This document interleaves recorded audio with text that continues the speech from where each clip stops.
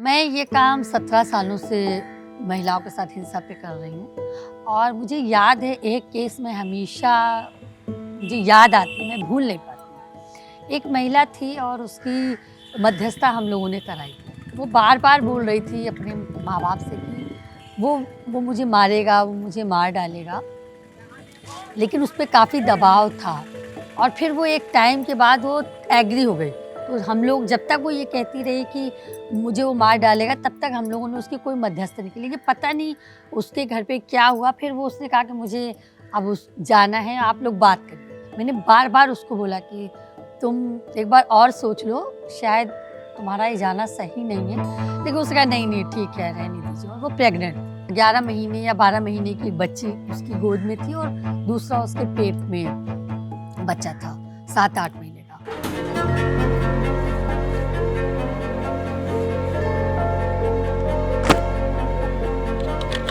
लेकिन जब वो मध्यस्थता होके फिर चली गई और जाने के बाद फिर एक दिन अचानक उनके परिवार से फ़ोन आया कि उसको आग लग गई। उसने आग लगा ली और मेरे सामने वो 11-12 महीने की बच्ची साँसें ले रही थी क्योंकि वो अपनी गोदी में बैठाल के बच्ची को और उसने आग लगाई थी। तो 3 मौतें एक साथ, वो मैंने अपनी आँखों से देखी और मेरे सामने सिसकते-सिसकते वो बच्ची ने उसकी दम तोड़ा और मैं उसके ऐसे हाथ पे हाथ रखे थे और मुझे आज भी वो मंज़र याद आता है कि मैं कहती तुम ठीक हो जाओ, मैं ठीक हो जाऊँगी। बस मैं उसका हाथ मैंने कहा तुम ठीक हो जाओगी और उसने मेरे हाथ पे हाथ रख के ही उसने दम तोड़ दिया।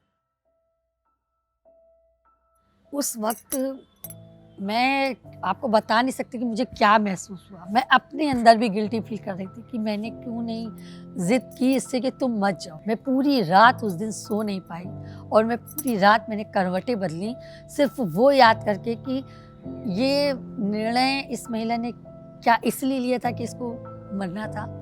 क्यों ये चली गई? बस मैं यही सोचती रही और वो केस को मैं आज भी नहीं भूल पाती।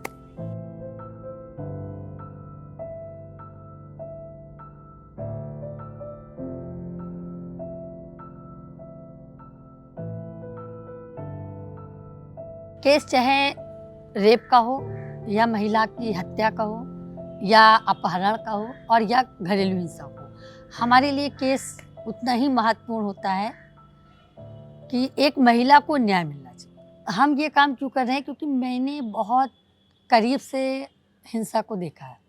मैंने खुद घरेलू हिंसा की मैं शिकार रही हूँ और मेरी हिंसा को कोई समझ ही नहीं पाया क्योंकि मेरे साथ कभी शारीरिक हिंसा नहीं हुई, मारपीट नहीं हुई, खून खच्चर नहीं हुआ, एक झापड़ का हिंसा नहीं हुआ।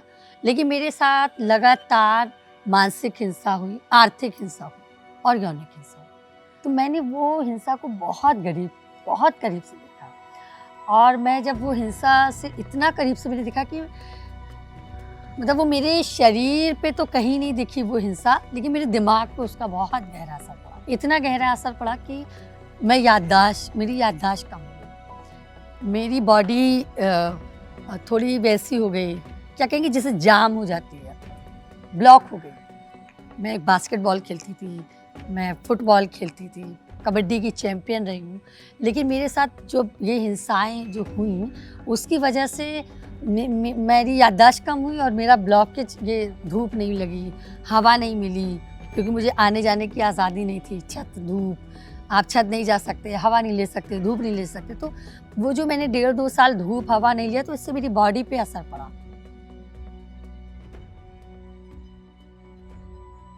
मेरी समझ हमेशा से थी जब मैं कॉलेज में थी कि हिंसा करना गलत है और जब मैं घर आई और मैंने एक संस्था वनांगना संस्था में गई और मैंने वहाँ पे अपने केस के लिए गई, अपने केस पे पैरवी के लिए। मुझे लगता था मैं सबसे बड़ी बेचारी हूँ, मेरे से ज़्यादा शायद किसी को दुःख नहीं है और मैं ही एक बेचारी हिंसा की शिकार हूँ।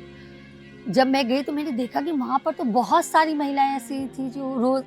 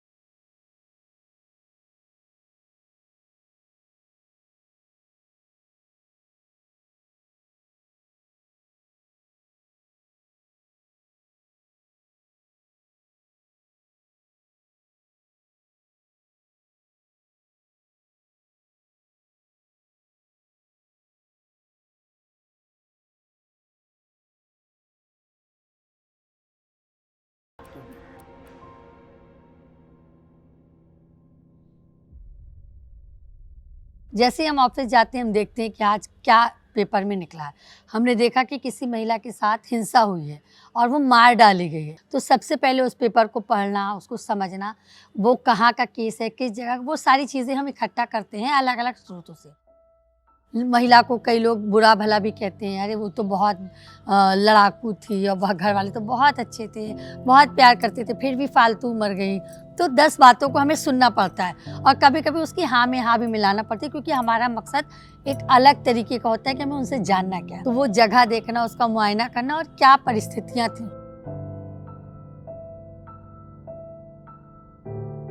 मेन हमारा उसके मैके का एड्रेस लेना होता था। तो कभी कभी लोग बताते हैं, कभी कभी लोग गोल गोल घुमा देते हैं, हमें नहीं पता, हमारा दिमाग खराब है, हमें बात मत करो।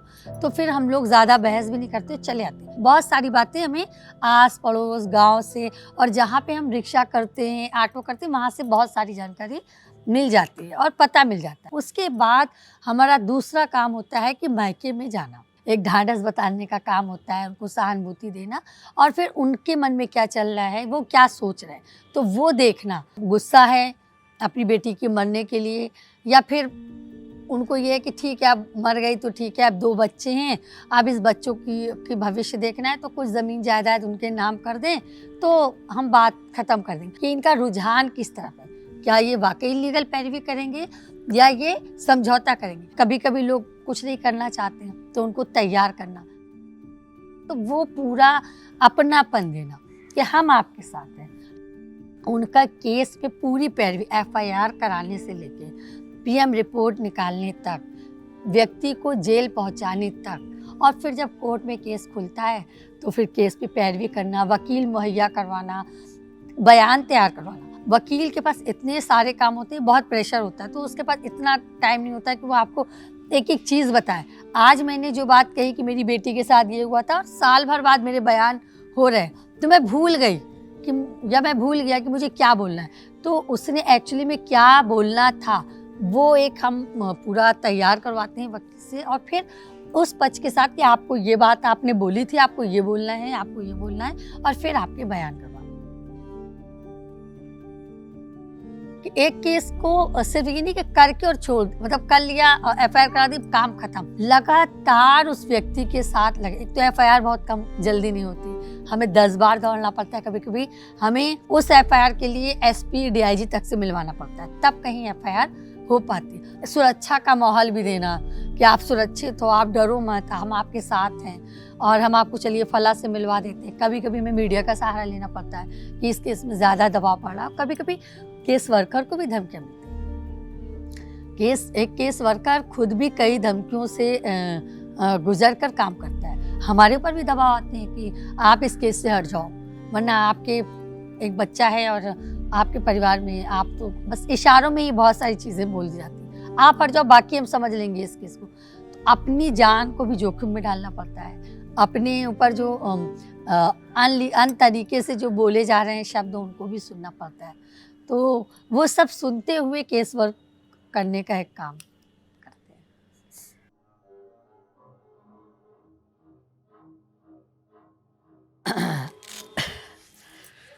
हैं। मुझे जब मध्यस्थता होती है ना, तो मध्यस्थता भी मुझे मज़ा जब आता है, जब मर्द बैठे होते हैं ना, तो मुझे लगता है कि मैं जो महिला चाहती है ना, वो मैं इनसे अलग अलग तरीके से, भैया और जैसे 4-6 लोग भी आते हैं उनके साथ ना, तो उनको कोई यंग है तो थोड़ा आप चाहें तो ये चीज़ हो सकती है। तो वो चीज़ मुझे लगता है मैं जब करती हूँ तो मुझे बहुत मज़ा आता है उसमें कि, और वो मेरी बात जब मान जाते, मुझे लगता है यार मेरे अंदर ये कला है क्या कि मैं अगर ये भैया आप चाहो तो ये सब हो सकता है, वरना ये नहीं करेगा। तो कहते हैं हाँ क्यों नहीं करोगे, ऐसा नहीं। तो वो चीज़ मुझे लगता है कि शायद मेरे अंदर ये भावने की एक वो है कि आपको कैसे वो देना है ट्रिक देना है, और महिला का हाँ, और महिला की क्या चाहती है वो मुझे करवाना है, तो वो मैं कैसे करवा सकती हूँ। मुझे मज़ा जब भी आता है मैं पुरुष और महिला के साथ बातचीत करती हूँ सिर्फ, तो वो जब मैं 2 को बैठाल के और यौनिक रिश्तों की बात, मुझे उस पर बहुत मज़ा आता है, क्योंकि मुझे हंसी आती है अंदर से और मुझे वो बात भी करनी होती है कि भैया ठीक है, आप जैसे भी करते हो तो कम से कम उसको भी तो वो चीज़ें बताओ कि आप किस ट्रैक से कर रहे हो तो उसको पहले वो चीज़ें बताओ कि ऐसा भी लोग करते हैं, ऐसा नहीं कि वो उसको लगे आप अजूबे हो। तो वो जब मैं मध्यस्थता उस तरीके की मध्यस्थता, मुझे बहुत मज़ा आता है। मैं केस वर्कर के साथ साथ एक ग्रुप भी चलाती हूँ जिसमें यंग लड़कियों के साथ मैं काम करती हूँ। उनके साथ मस्ती करना, उनके साथ बातचीत करना, उनकी समझ, क्योंकि मैं जिस चीज़ों से गुजरी थी तो मुझे कभी वो स्पेस नहीं मिला कि मेरे बारे में कोई मुझसे पूछे या समझे कि मुझे क्या पसंद है। क्योंकि एक केस वर्कर अगर सिर्फ चुपचाप रहेगा तो वो बहुत घुटन महसूस करेगा और फिर आप बहुत जोश के साथ काम नहीं कर सकते। अगर आप सिर्फ डूबते रहोगे, अरे हाय ये हो गया, ये तो बदलना ही नहीं है, ये बदल ही नहीं सकता, अगर ये सोचेंगे तो बहुत हम टूट जाएंगे। इसलिए मैं अलग अलग विकल्प ढूंढती रहती हूँ खुश होने के। तो मैं डांस भी करती हूँ, मैं गाना भी गुनगुनाती हूँ, मैं गाने सुनती भी हूँ और लोगों के साथ मस्ती भी करती हूँ। तो बहुत सारी चीज़ें हैं जिससे मैं खुश हूँ, सिर्फ एक चीज़ नहीं।